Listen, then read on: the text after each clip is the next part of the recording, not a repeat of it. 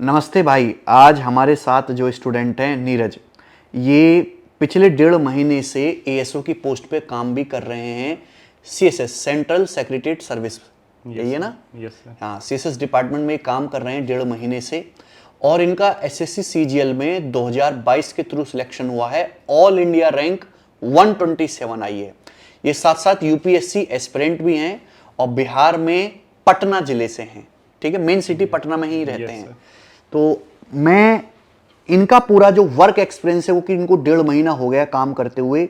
बहुत सारे लोगों का सपना होता है कि हम एएसओ बने एमईए में या सीएसएस में, क्योंकि सीएसएस में आप लाइफ टाइम दिल्ली में रहोगे और ये प्रॉपर डेस्क जॉब है। आप 9 बजे जाओगे और 5:30 बजे वापस आ जाओगे। वैसे थोड़ा सा चलता ही बताएंगे बात ऊपर नीचे, बट जिन लोगों का सपना है कि डेस्क जॉब है, कोई हेडक नहीं चाहिए, कोई बाद में ना बुलाए, कोई कॉल ना करे और प्रॉपर दिल्ली में रहने को मिले, उनके लिए बेस्ट जॉब है सीएसएस की। 1.5 महीने से भाई काम भी कर रहे हैं, तो अपना पूरा वर्क एक्सपीरियंस, वहां का कल्चर शेयर करेंगे। ठीक है, सबसे पहले आप ये बताइए कि आपका ये कौन सा अटेम्प्ट था यार? सर ये तीसरी अटेम्प्ट थी। एसएससी सीजीएल का? जी सर। पहले आपने यूपीएससी की तैयारी शुरू करी? हाँ सर। तो आपका ग्रेजुएशन कब पूरा हुआ? 2018 में सर। 2018 में? Yes sir. अच्छा, उसके बाद आपने सीधा यूपीएससी की तैयारी करना शुरू करा? हाँ सर। फिर यूपीएससी की तैयारी कब तक करी? सर 2020 तक। केवल यूपीएससी की हाँ तैयारी? सर। तो उसमें प्री मेंस आपका क्लियर हुआ? नहीं सर, प्री 1.5 नंबर से मेरा रह गया था। प्री 1.5 नंबर से रह गया। फिर तब तक एसएससी की तैयारी का कुछ विचार था साइड बाय साइड? नहीं सर, 2020 में मैंने दिया था, तो मतलब एसएससी का, बट मुझे ना एसएससी के बारे में पता था ना सिलेबस के बारे में। तो मैं बस दे करके आ गया था एग्ज़ाम, और रिज़ल्ट भी आ गया और मुझे पता भी नहीं था। 1 महीने बाद मेरी सिस्टर ने मुझे बताया कि तुम्हारा यानी रिज़ल्ट में नाम आया हुआ है। तब मैं जाना कि यानी एसएससी क्या होता है, इसका सिलेबस क्या होता है। एसएससी का बिना सिलेबस देखे आप पेपर देने चले गए थे? क्योंकि सर मैं यूपीएससी का कर रहा था, तो जीएस मेरा स्ट्रांग था। हाँ। और शुरू से इंग्लिश मीडियम में रहा हूँ, तो इंग्लिश भी मेरा अच्छा था सर। हाँ। तो इन दोनों के मजबूती पे मैं निकाल लाया सर। और रीजनिंग भी सही था सर। रीजनिंग बहुत उस टाइम टफ नहीं आता था, 2020 में नॉर्मल कॉमन सेंस पे बेस्ड रहता था। तो इन तीनों पे मैंने निकाल लिया था। प्री निकल गया आपका? हाँ सर। तब तक आपको सिलेबस वगैरह कुछ भी नहीं पता था? कुछ कोई नहीं पता कोचिंग सर। वगैरह भी नहीं करी? नहीं सर, कोई कोचिंग वगैरह नहीं। 2020 में? और पेपर दे के आ गए? हाँ सर। अच्छा, एसएससी के बारे में पता था यूपीएससी की तैयारी करते वक्त कि नहीं एसएससी सर, भी उस पेपर टाइम तो पता भी नहीं था सर एसएससी के बारे में। एसएससी के बारे में ही नहीं पता नहीं था? सर। फिर पता कैसे चला एसएससी के एग्जाम के ये बाद? सर जैसे लोग फॉर्म भरने लग जाते हैं, तो दीदी ने कहा था कि एक एसएससी का भी होता है, उसका फॉर्म भर दो। तो मैंने बस भर दिया था, मुझे पता भी नहीं था। बस एडमिट कार्ड आया, मैं गया एग्ज़ाम देने, एग्ज़ाम दे के आ गया। उसके बाद फिर मैंने ध्यान भी नहीं दिया उसके तरफ, यूपीएससी का कर रहा था मैं तैयारी। तब फिर मतलब रिज़ल्ट आया, तो तब मुझे लगा, तो फिर मैंने ये देखा। और फिर मेरा मतलब प्लान था कि मैं दिल्ली आके सिविल सर्विसेज का तैयारी करूं। तो उसी टाइम कोविड आ गया। तो फिर मुझे लगा कि बैकअप में अगर मैं एसएससी का कर लूँगा तैयारी, तो सही रहेगा मेरे लिए। तब फिर 2021 जनवरी या मार्च के आसपास से मैं बिल्कुल यानी इसमें घुस गया, एसएससी में। तो आपने एसएससी और यूपीएससी की दोनों की तैयारी साथ साथ करी फिर? नहीं सर, यूपीएससी का मतलब ब्रेक शुरू लगा दिया? में 6-7 महीना मेरा हैंगओवर जा नहीं रहा था यूपीएससी का। मतलब आधा दिन मैं यूपीएससी का करता था, आधा दिन एसएससी का करता था। लेकिन फिर धीरे धीरे जब कंपटीशन मुझे लगा कि बहुत टफ है, तो मैं समझ गया एसएससी के कंपटीशन को यूपीएससी से हल्का मत समझो। हाँ। तो मुझे लग गया सर कि एसएससी में फुल टाइम मुझे घुसना पड़ेगा। तो फिर धीरे धीरे मैं फुल टाइम एसएससी में घुस गया सर। और यूपीएससी की तैयारी हाँ होल्ड सर, कर दिया? हाँ सर, होल्ड कर दिया। हाँ। तो 2021 का आपका जो पहला अटेम्प्ट है वो जैन 1 अटेम्प्ट था, तैयारी करके हाँ दिया सर। आपने? हाँ सर। उसमें क्या रहा? उसमें सर 15-20 मार्क्स से मेरे रह गए थे मेंस में। ओके, फाइनल नहीं हो पाया? हाँ सर। अच्छा। ऐसे मेरा CHSL MTS दोनों में सर मैं डीवी करा के आया हूँ। अच्छा। यस। सीएचएसएल बट और डीवी के बाद मैं छट गया था सर। अच्छा अच्छा। तो फिर आपने 2022 का दोबारा से पेपर दिया? हाँ सर। सीजीएल में? Yes sir. तो उसमें कितना स्कोर बना आपका? इसमें रॉ मार्क्स 337 है सर, और नॉर्मलाइज 345.5। आपकी ये जो सीएसएस वाली पोस्ट है पहली चॉइस थी? हाँ सर, ये पहली पोस्ट थी। फर्स्ट चॉइस थी, क्योंकि यूपीएससी की तैयारी करनी थी और उसमें टाइम मिल जाता है आप डिपार्टमेंट में काम करते हो पढ़ाई करने का? सर ऑफिस में तो अभी उतना टाइम नहीं मिलता है, वो डिपेंड करता है सर। जैसे राज्यसभा लोकसभा अगर चल रहा है और क्वेश्चन आपके सेक्शन का आ गया है, तो फिर आपको टाइम नहीं मिलेगा, क्योंकि वो अर्जेंट होता है, तुरंत करके बढ़ाना होता है। बाकी बहुत सेक्शन ऐसा होता है जिसमें थोड़ा कम काम होता है, बहुत सारे सेक्शन में ज़्यादा काम होता है। तो ये सेक्शन पे डिपेंड करता है सर। लेकिन एक इन्वायरमेंट सर बहुत अच्छा है ऑफिस का, लोग आपको इनकरेज करेंगे तैयारी करने के लिए आगे का, तो ये Okay. बहुत अच्छा है सर। यहाँ वो एक होता है प्राइवेट में ऑफिस पॉलिटिक्स होता है सर, तो वो यहाँ नहीं है सर। यहाँ बहुत लोग अच्छे हैं, एक दूसरे को इनकरेज करते हैं सर। कि कोई आगे तैयारी कर रहा है तो उसको हाँ बोलेंगे कि सर। पढ़ो। हाँ सर। ऑफिस में ऐसा भी है कि लोग अपनी यूपीएससी की बुक्स वगैरह लेके आ रहे हैं या वीडियो मोबाइल में देख रहे हैं और वहां भी पढ़ ले रहे हैं, ऐसा भी मोबाइल है? में, हाँ सर, मोबाइल में देख के लोग पढ़ सकते हैं, बट बुक तो अभी तक मैंने नहीं देखा किसी को पढ़ते हुए। ओके। हाँ सर। तो प्रॉपर एक डेस्क मिला हुआ है हाँ सर। ऑफिस में? तो ऑफिस की बात जो है हम बाद में करेंगे। पहले ही बताओ कि मैथ्स आपका शुरू से अच्छा रहा होगा। ठीक था सर, बहुत शुरू से अच्छा नहीं था सर। 9 क्लास तक मतलब मुझे 3-4 नंबर आते थे मैथ्स में 80 में। 80 में 3-4 हाँ नंबर सर। आते थे? Yes sir. कैसे भाई? सर बहुत मतलब वीक था मैं मैथ्स में। हाँ। फिर मतलब कोई मुझे टीचर नहीं मिला था जो एक लॉजिक के थ्रू अच्छे से समझाए सर, तो मैं समझ नहीं पाता था। फिर मुझे एक टीचर मिले थे, उनसे मैंने पढ़ाई किया मैथ्स का, तो वो खुद भी तैयारी कर रहे थे रेलवे का, तो उन्होंने क्या मुझे, नाम था उनका? प्रवीण सर। हाँ। तो उन्होंने मुझे बिल्कुल एक एक लॉजिक करके बताया मैथ्स में, तो फिर मेरा इंटरेस्ट जगने लग गया सर। फिर मैं उसी 9th क्लास में सेकंड टर्म में सर मैंने 80 में 78 स्कोर किया था। अरे वाह, बहुत सही। तो इसमें तो मैथ्स भी है, रीजनिंग भी है, इंग्लिश आपका पहले से ठीक ठाक यस था। सर। तो 2021 में जब आपने तैयारी करना शुरू करा तो सेल्फ स्टडी किया कि किसी टीचर से आप पढ़े? शुरू में सर मैंने सेल्फ स्टडी किया था, राकेश यादव सर का दोनों बुक मैंने बना लिया था। उसके बाद सर फिर मुझे लगने लगा कि कुछ और चाहिए, मतलब कॉन्फिडेंस नहीं आ रहा है, और उस टाइम 25 क्वेश्चन में से मेरे केवल 14-15 सॉल्व हो पाते थे। तो फिर मैंने आपका बैच लिया सर। फिर आपका बैच को लगभग 70% मैंने कंप्लीट किया। फिर आधे रह गए, फिर मैंने आपका दोबारा बैच लिया था सर। अच्छा, दोबारा बैच हाँ लिया? सर। 0 to हीरो वाला? हाँ सर। ओके। फिर उसमें भी मैंने मतलब 20-30% मैंने देखा, फिर एग्ज़ाम आ गया तो फिर एग्ज़ाम में लग गया सर मॉक वगैरह देने में। हाँ। हाँ सर। आपका नोट्स भी मैंने खरीदा था सर। Class notes? हाँ सर। ओके। उसे भी मैं बनाता था सर। एक अलग स्ट्रैटेजी में मैं यूज़ करता था सर, वो पता नहीं लोग कर पाए या नहीं। जैसे क्या कि मैथ्स में अगर आप किसी सवाल में फंस गए तो वो स्ट्रेस होने लगता है सर। तो मैं क्या करता था, मैं हेडफोन लगा लेता था और गाना चला देता था रैंडमली, कोई सा भी चलते रहे गाना। उसके बाद फिर मैं आपका नोट्स पूरा यानी सॉल्व करता था सर। तो उससे मैं किसी क्वेश्चन में फंस भी जाता था तो वो स्ट्रेस फील नहीं होता था सर। मैं बिल्कुल स्मूथली 2-3 घंटे तक बनाते रह जाता था मैथ्स। मतलब हेडफोन कान में लगा के हाँ सर। और क्लास नोट्स आप लगा रहे हो तो डिस्टरबेंस नहीं होती थी? नहीं सर, शुरू का 2-3 क्वेश्चन में डिस्टरबेंस होती थी, जैसे फोकस वो सॉन्ग पे भी चला जाता था। लेकिन 2-3 क्वेश्चन के बाद बिल्कुल फोकस मैथ्स पे रहता था, वो बैकग्राउंड में म्यूजिक चलते रहता था, जो कि स्ट्रेस क्रिएट नहीं होने देता था माइंड में। ये बात है तो सही, बट ये केवल एक बीटेक वाला ही कर सकता है। मैं भी सर। नहीं, लिटरली ये जो है केवल बीटेक वाले ही कर सकते हैं। एक्सेप्शन तो हर जगह है, पर ज्यादातर बीटेक वाले ऐसी हरकतें करते हैं। कि मेरा गाना एक फ्रेंड भी है सर पुष्कर, वो भी तैयारी कर रहा है सर, तो उसको भी मैंने बताया था कि ये एक बार ट्राई करके देखो, तो उसने ट्राई किया बट उसका हो नहीं पाया सर। उसने बोला नहीं, मुझसे नहीं हो पा रहा, मेरा ध्यान यानी गाना पे चला जाता है। जो बच्चे वीडियो देख रहे हैं, इस चीज को ट्राई अपने रिस्क पे करें, ठीक है ना? घर पे ट्राई ना करें। Try at your own risk. हाँ, try at your own risk. अच्छा, तो मैथ्स आपने क्लास नोट्स दोनों बनाए थे, अर्थमेटिक का भी एडवांस हाँ का सर, भी? दोनों का सर। दोनों पूरा सॉल्व किया? हाँ सर।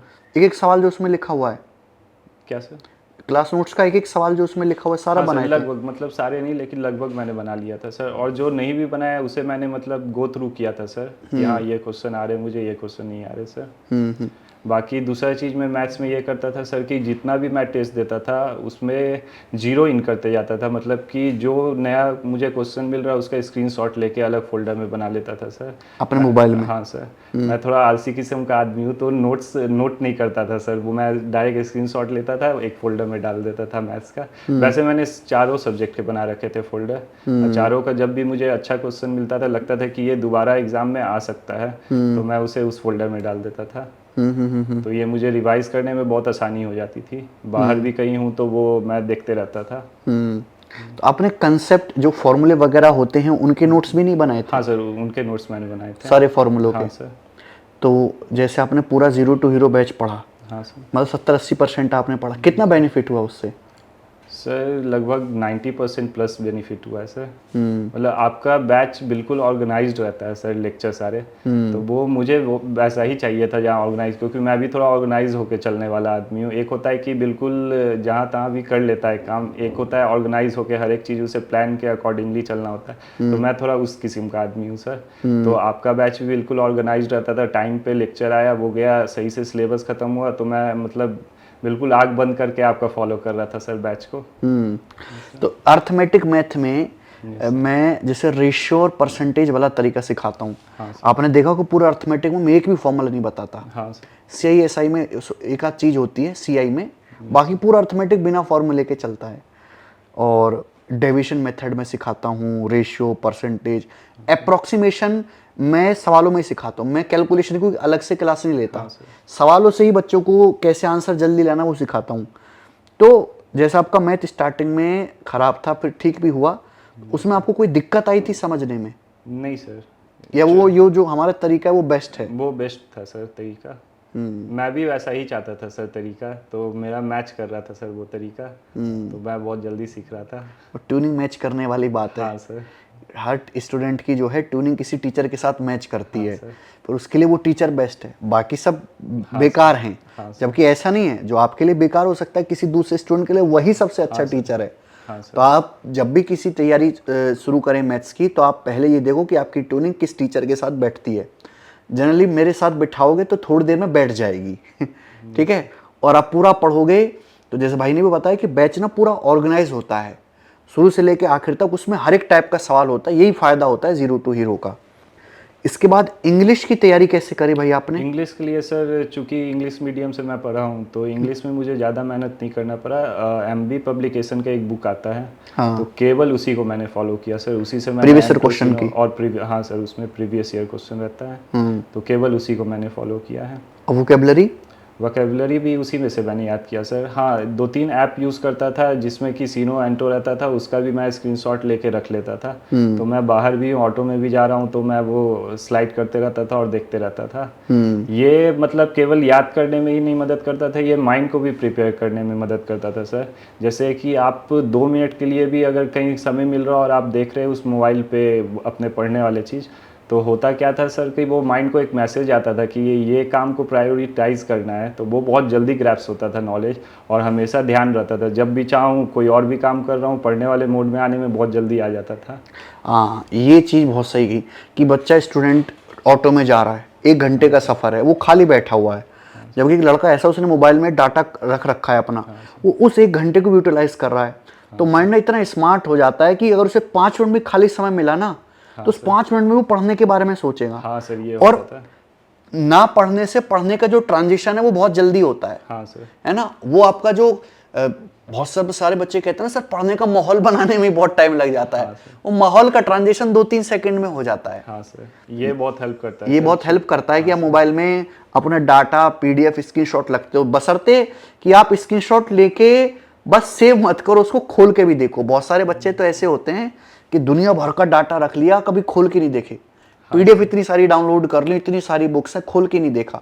डाटा लिमिटेड हो लेकिन वो पूरा किया जाना चाहिए। Yes sir.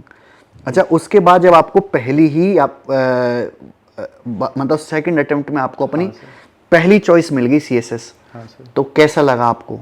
बहुत अच्छा लगा सर। मतलब रात में रिज़ल्ट आया था 11:30 बजे, तो मैं 11 बजे तक देख रहा था कि रिज़ल्ट आने का अफवाह फैला हुआ था। हाँ। लेकिन मुझे लगा नहीं आएगा, मैं सोने वाला था तब तक कि मेरे दोस्त ने कॉल किया, बताया कि रिज़ल्ट आ गया, तो मुझे लगा प्रैंक कर रहा है। हाँ। मैंने खोल के देखा तो देखा सच में रिज़ल्ट आ गया है। हाँ। तो मैं अपना सर्च करने लग गया, बिल्कुल हार्ट बीट बहुत तेज़ हो गया था। हाँ। बट जैसे देखा बहुत खुशी हुआ सर। आपने वो फैमिली रिएक्शन वाली वीडियो नहीं बनाई? नहीं सर। आजकल वो फैमिली रिएक्शन वाले वीडियो बहुत बनाते हैं। Yes sir. है ना, मतलब कभी कभी तो ऐसा भी कि पहले रिएक्शन हो जाता है, हाँ फिर सर, बाद में दोबारा से फैमिली रिएक्शन की वीडियो हाँ बनाने के लिए दोबारा रिएक्शन कर लेते हैं सब हाँ लोग। सर। है ना। Yes sir. हाँ।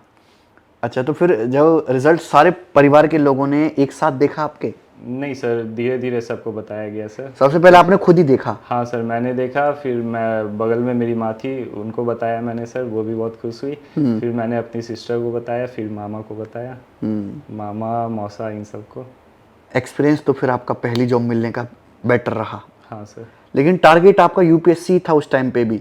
अभी एसएससी के टाइम में सर। हाँ सर, टारगेट तो अभी भी यूपीएससी है यूपीएससी। Yes sir. ओके।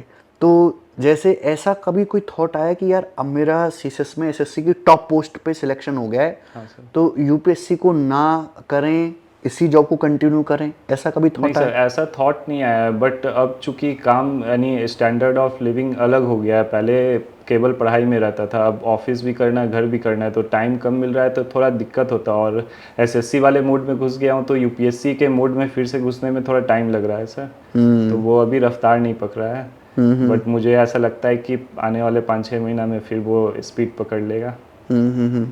अच्छा, जो स्टूडेंट ऑलरेडी सिलेक्ट हो गए, एसएससी की टॉप पोस्ट जगह पे हैं, एक नॉर्मल फैमिली बैकग्राउंड से आए हैं और उनकी सैलरी भी अच्छी खासी आ रही है, लाइफ पहले से बहुत अच्छी हो चुकी है, कैसे वो मोटिवेट रहते हैं यूपीएससी की तैयारी करने के लिए कि जॉब भी कर रहे हैं और पढ़ाई भी कर रहे हैं? मन में कभी सेकंड थॉट नहीं आता यार अब तो जॉब लगी गई, पैसा आ ही रहा है, सेटल हो ही गई, क्यों यूपीएससी की तैयारी करें? क्योंकि बहुत सारे बच्चे ढीले हो जाते हैं जॉब लगने के बाद। आप कैसे मोटिवेट कर रहे हो अपने आप को? सर जैसे मेरा शुरू से सोच था सर, जैसे गरीब लोगों को देखता हूँ, या मतलब एक होता है कि जैसे एक आदमी होता है, मदद करता है, 100-200 मदद कर दिया, 1000-2000 मदद कर दिया। मेरा है कि मैं एक सिस्टम क्रिएट करना चाहता हूँ, जिससे जो स्लम में बच्चे रह रहे हैं, जहाँ तक गवर्नमेंट की नज़र नहीं पहुँच रही, वहाँ मैं हेल्प कर दूँ सर। तो मुझे लगता है कि गरीबों की मदद करने के लिए खुद को भी एक पावरफुल बनाना पड़ता है, तभी आप लोगों की मदद कर सकते हैं। नहीं तो अगर आप खुद पावरफुल नहीं है, लोगों की मदद करने उतरेंगे, तो आपके विरोध में इतने लोग आ जाएंगे कि आप खुद अपनी फ्रस्ट्रेटेड मदद नहीं होके। कर पाओगे। हाँ सर। तो इसलिए मेरा यही सिद्धांत है कि मैं खुद पावरफुल रहूँगा, तभी लोगों की मैं मदद कर पाऊंगा, नहीं तो नहीं कर पाऊंगा, सोचते रह जाऊंगा केवल मदद करने की। जी सर। तो एक जरूर पीछे किसी ना किसी की इंस्पिरेशन चलती है। हाँ सर। अगर आप जॉब के बाद, एसएससी की अच्छी जॉब लगने के बाद भी आगे फर्दर स्टडी करना चाहते हैं, तो आपके पास एक सॉलिड मोटिवेशन होना चाहिए। वरना जॉब के बाद थोड़ी आराम की लाइफ आने के बाद ज़्यादातर स्टूडेंट ऐसे हैं, 50% से ज़्यादा है, जो तैयारी नहीं कर पाते, हालांकि उनका सपना होता है यूपीएससी करने का। तो एक मोटिवेशन आप अभी से बना के रखो। जो बच्चे एसएससी के बाद यूपीएससी की तैयारी करना चाहते हैं कि ये कारण है, इस वजह से मैं यूपीएससी की तैयारी भी आगे करूँगा। अच्छा, डिपार्टमेंट में जाने के बाद सीएसएस में, पहली बात तो आप बताइए कि सैलरी कितनी है? सर इस महीने की सैलरी हम लोगों की 74,947 आई है। 74,947, यानी कि अप्रोक्स 75,000 रुपीज। sir. ये एग्जैक्ट एक महीने की सैलरी है? हाँ सर, एग्जैक्ट। इसके अलावा क्या अलाउंसेस देती है गवर्नमेंट, क्या फैसिलिटी और देती है सैलरी के अलावा? सैलरी के अलावा सर, ये तो हमारा इन हैंड सैलरी हो गया। इसके अलावा कुछ एनपीएस में कटता है, जो कि सरकार भी बिल्कुल इक्वल मैच करके वो डालती है।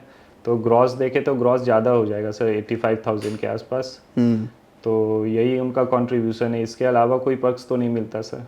ओके, ग्रॉस सैलरी 85,000 के आसपास है। तो गवर्नमेंट जो है लगभग हर महीने 10,000 रुपए के आसपास। हाँ सर, जितना आप एनपीएस में कंट्रीब्यूट करेंगे उतना गवर्नमेंट भी करती है। गवर्नमेंट भी करेगी। तो जैसे 10,000 रुपए गवर्नमेंट हर महीने जो है आपके जो है अकाउंट में डाल रही है। हाँ सर। हिडन अकाउंट में समझ लो। हाँ सर। तो ये रिटायरमेंट के बाद मिलता है एक साथ हाँ पे। अगर कोई आदमी पहले निकालना चाहे इस पैसे को तो? सर इसके रूल्स होते हैं, मुझे उतना जानकारी नहीं है, बट इसके रूल्स होते हैं। अगर आपको किसी ऐसे सिचुएशन में फंस जाओ, बच्चे लोगों के लिए हायर एजुकेशन के लिए आपको पैसे चाहिए, या कुछ ऐसा डिसीज़ हो गया जो कि क्यूरेबल नहीं है, तो उन सब स्थिति में शायद निकालने का कुछ प्रोविज़न होता है सरकार का। ओके। बट ये मुझे डिटेल्स पता नहीं है सर। सही बट प्रोविज़न है? हाँ सर, प्रोविज़न है। ओके। तो सैलरी 75,000 है इसमें। ओके। फिर जो ऑफिस है, मैं देखता हूँ कुछ वीडियोस भी पड़ी हुई हैं, बिल्कुल एमएनसी जैसा ऑफिस है। हाँ सर, ऑफिस तो अच्छी है, लेकिन अभी एक सेंट्रल विस्टा बन रहा है सर, तो उसमें हम लोगों का शिफ्ट हो जाएगा।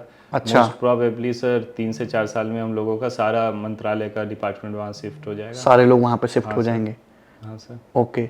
आपको एक अलग से डेस्क मिला हुआ वहाँ पे? हाँ सर, अलग से डेस्क मिला हुआ है। एक सिस्टम भी है? हाँ सर। सिस्टम पे केवल आप ही का लॉगिन है, कोई भी लॉगिन कर सकता है उसमें? नहीं सर, केवल मेरा लॉगिन है। तो हर जो भी बंदा सिलेक्ट होगा उसका अलग सिस्टम होगा? हाँ सर, सिस्टम अलग होगा, एक उसका फ़ोन रहता है वहाँ पे, और एक प्रिंटर भी रहता है सर, हर इंडिविजुअल का। हर एक प्रिंटर? हाँ सर। तो बेसिकली इसमें काम क्या है? सर इसमें बिल्कुल ड्राफ्टिंग और नोटिंग का काम है सर। जैसे कि जैसे मैं स्टेट रीऑर्गेनाइजेशन सेक्शन में हूँ, हाँ। तो राज्य का कोई इशू हुआ, बॉर्डर का इशू हुआ, तो हमारे पास आता है। तो हम लोग एक तरह से मीडिएट करते हैं दोनों स्टेट के बीच में। ओके। उनसे कागज़ लेते हैं, उनका बताते हैं कि आपका ये नियम, आपको ऐसे करना चाहिए, या उनसे कुछ रिप्लाई मांग के इन स्टेट को देते हैं, इनसे कुछ मांगते हैं। ऐसा चलता है सर हम लोगों का काम। तो ये सारा कम्युनिकेशन वाला काम भी आप ही करते हैं? हाँ सर, यही ड्राफ्टिंग नोटिंग में होता है सर। नोटिंग में हम लोग इंटरनल कम्युनिकेशन को ये लिखते हैं, और ड्राफ्टिंग में जो बाहर ऑफिशियल को भेज रहे हैं, किसी राज्य को भेज रहे हैं या लेटर भेज रहे हैं, वो आ गया उसमें सर ड्राफ्टिंग में। तो ये सारा जो ड्राफ्टिंग नोटिंग वाला जो फाइल वर्क है ये आप ही क्रिएट करते हैं? हाँ सर। ओके। इसके बाद प्रमोशन का क्या है भाई? सर अगर एक डिपार्टमेंटल एग्ज़ाम होता है सर, तो उसको अगर आपने क्लियर कर लिया, वो यूपीएससी कंडक्ट कराता है। तो, अच्छा। हाँ सर, तो उसको आपने क्लियर कर लिया तो आप 5 साल में एसओ बन जाएंगे, सेक्शन ऑफिसर। Section officer. हाँ सर। उसके बाद फिर कुछ ईयर्स के बाद, मुझे लगता है 6 या 7 ईयर्स के बाद अंडर सेक्रेटरी। उसके बाद का टाइम का नहीं पता सर, बट हायरार्की पता है। उसके बाद deputy secretary, director, joint secretary sir. But director तक अगर आपके हाथ में 30 प्लस जॉब है, 30 प्लस ईयर्स है आपके हाथ में रिटायरमेंट के, तो आप डायरेक्टर तक पहुंच जाएंगे। बट जॉइंट सेक्रेटरी में पहुंचने में थोड़ा मुश्किल होती है सर। जनरली ज़्यादातर लोग डायरेक्टर की पोस्ट पे जाकर रिटायर हो जाते हैं। हाँ सर। ओके। फिर जॉइंट सेक्रेटरी तक बहुत ही कम लोग पहुंच पाते हैं। हाँ सर, बहुत कम लोग पहुंच पाते हैं। जनरली वो ज़्यादातर यूपीएससी वाले हाँ होते सर, हैं। यूपीएससी वाले होते हैं। तो अगर किसी का कम एज में सिलेक्शन हो गया है 21-22 की एज में, तो चांसेस हैं कि वो जॉइंट सेक्रेटरी की पोस्ट तक पहुंच जाए। हाँ सर, चांसेस है। या फिर बीच में कोई नया मंत्रालय क्रिएट हो गया तो उसमें भी चांसेस होता है सर, क्योंकि वैकेंसी आ जाती है, तो फिर इन लोगों को प्रमोशन में मिल जाता है जॉइंट सेक्रेटरी का पद। तो नॉर्मली 6 से 7-8 साल में आपका प्रमोशन होता रहता है। हाँ सर। ओके। अगर कोई डिपार्टमेंटल एग्जाम क्लियर नहीं करेगा तो सेक्शन ऑफिसर बनने में फिर कितना टाइम लग जाएगा उसे? 2 ईयर्स ज़्यादा और लगेगा सर, 2 साल ज़्यादा। 7 साल? हाँ सर। ओके। तो ये जो एग्ज़ाम होता है डिपार्टमेंटल एग्ज़ाम, इसे कोई भी सारे ही सेक्शन ऑफिसर देते हैं? एएसओ देते हैं सर। हाँ सॉरी, सारे एएसओ? हाँ सर, ओके। सारे एएसओ। यूपीएससी करवाती है? जिन्होंने 5 साल कंप्लीट कर लिया अपने सर्विस। अच्छा, 5 साल कंप्लीट होने के बाद ही आप ये दे सकते हैं? हाँ सर। ओके। तो उसमें ये नोटिंग ड्राफ्टिंग से रिलेटेड ही काम पूछते हैं? हाँ सर, कॉन्स्टिट्यूशन और नोटिंग ड्राफ्टिंग से रिलेटेड। रिटन पेपर होता है वो? हाँ सर, रिटन पेपर, एमसीक्यू और रिटन पेपर दोनों होता है? हाँ सर। ओके। तो एलोकेशन ऑफ बिजनेस रूल्स पूछा जाता है, मैनुअल ऑफ ऑफिशियल प्रोसीजर के बारे में पूछा जाता है सर, इन 2 डॉक्यूमेंट से ज़्यादा। हाँ सर। पढ़ाई में सर 2-3 स्ट्रैटेजी और मैं बताना चाहूँगा सर। हाँ बिल्कुल बताओ यार। जैसे टास्क में सर एक रीजनिंग का मैं बताना चाहूँगा सर। मैंने रीजनिंग पीयूष वासने सर से पढ़ा था सर। ओके। मतलब उनका मैंने बैच नहीं लिया था, लेकिन यूट्यूब पे 2-3 वीडियो मैंने देखा तो अच्छा लगा। मुझे लगा वो भी आप ही की तरह बिल्कुल ऑर्गेनाइज तरीके से पढ़ाते हैं रीजनिंग। कैरल पे जितने भी टीचर है सब ऑर्गेनाइज वे में ही पढ़ाते हैं।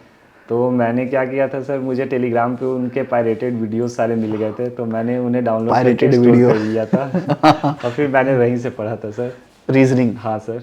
रीजनिंग के लिए मैंने केवल PYQ लगाया, प्रीवियस ईयर क्वेश्चंस, और पीयूष वासने सर से सारा कॉन्सेप्ट सीखा हूँ सर।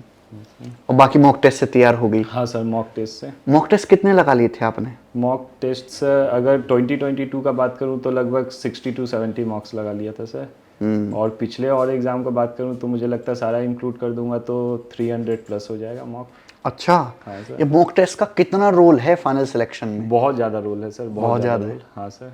मैं तो हमेशा कहता हूँ कि सिलेक्शन में सबसे ज़्यादा मतलब मेन रोल ही मॉक टेस्ट का। मेन रोल ही है सर मॉक टेस्ट का। आपने थोड़ा कम पढ़ाई की है, सिलेबस शायद आपने ऊपरी सतह से पढ़ा है, आपने प्रैक्टिस भी थोड़ी कम की है, चल जाएगा, लेकिन आपने मॉक टेस्ट कम लगाए तो आपके सिलेक्शन में घातक हो सकता है। मॉक टेस्ट जितने ज़्यादा लगाओगे आपका कॉन्फिडेंस भी बढ़ेगा, स्कोर भी बढ़ेगा, और जब मॉक टेस्ट का स्कोर धीरे धीरे बढ़ता है ना तो कॉन्फिडेंस भी बढ़ता है। लेकिन मॉक टेस्ट का एनालिसिस भी बहुत जरूरी है। आप उसका एनालिसिस करते थे बाद में? हाँ सर, बहुत अच्छे से एनालिसिस करता था, और जितने क्वेश्चंस रहते थे उनका स्क्रीनशॉट लेके मैं फोल्डर बना के डाल देता था।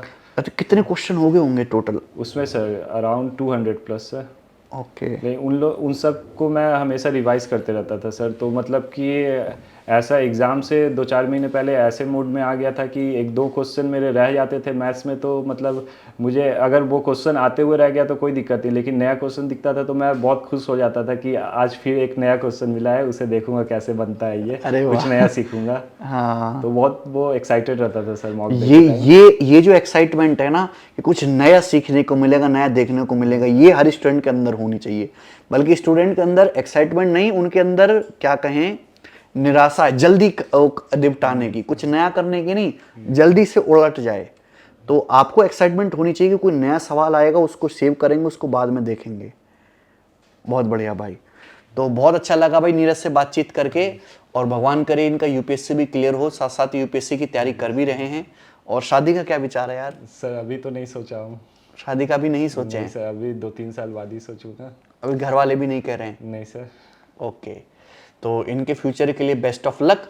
थैंक यू अगर सर। आपका सपना है सीएसएस में जॉब करने का, तो आपको डिपार्टमेंट के अंदर की कुछ बातें पता चली होंगी जो आपके आने वाले फ्यूचर के लिए बेनिफिशियल होंगी। बहुत बहुत धन्यवाद वीडियो देखने के लिए।